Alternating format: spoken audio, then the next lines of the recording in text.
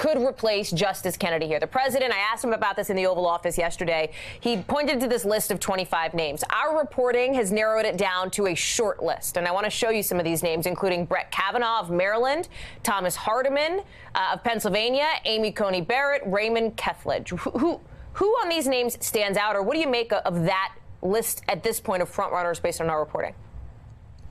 Well, one thing you have to give the White House credit for is creating a list of extremely able and extremely conservative candidates, all of whom are highly qualified and all of whom would move the court in a conservative direction. There are differences among the conservatives.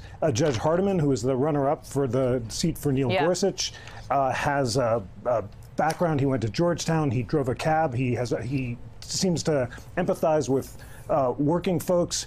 Brett Kavanaugh, who some say is a leading candidate right now, was a former law clerk for Justice Kennedy, and some people think he was added to the list a few months ago to help persuade Kennedy to retire. Extremely able, very bright, but has written a bunch of very conservative opinions on the D.C. Circuit, questioning the court's decision not to hear an assault weapons ban involving immigrants' rights and defendants' rights and so forth. So all are very conservative. The real question is, how will they move the court? Some of them are more pro-defendant than others, and some are more pro-executive than others. So it'll be really important once the pick comes down to figure out whether this is a conservative in the model of Justice Scalia, who is more pro-executive power, or more like Justice Gorsuch, who is more in favor of states' rights. But the bottom line is, since all of them are so well qualified, it's going to be hard for Democrats to say they don't, deserve a seat on those grounds. It'll have to be a purely political fight. Thank you for checking out our YouTube channel.